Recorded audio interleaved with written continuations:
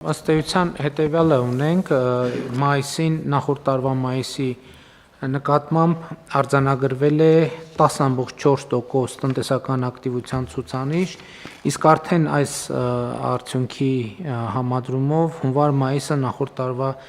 հունվար-մայիս ամսվա նկատմամբ արձանագրել է 5.7% տնտեսական ակտիվության ցուցանիշ, բայց այս համատեքստում կարևոր եմ համարում ընդգծել, հարգելի գործընկերներ, որ մայիսին էլ մենք ունենք բացարձակ ռեկորդ Հայաստանում արձանագրված աշխատատեղերի, մայիսին Հայաստանում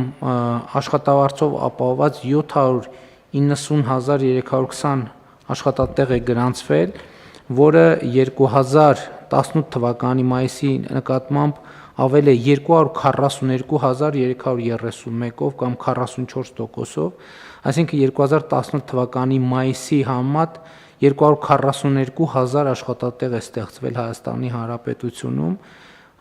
աշխատավարձային ֆոնդը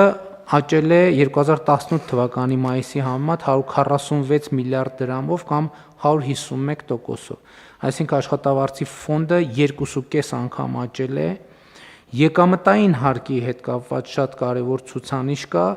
եկամտային հարկի ցուցանիշը 2018 թվականի մայիսի համեմատ կրկնապատկվել է։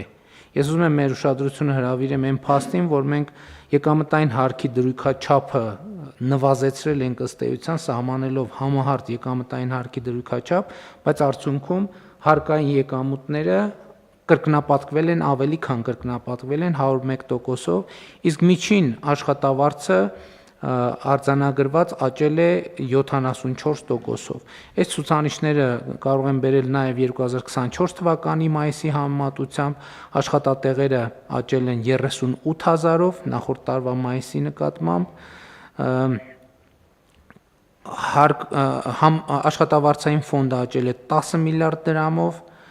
հարկային եկամուտները, եկամտային հարկը աճել է 15 միլիարդ դրամով, իսկ միջին աշխատավարձը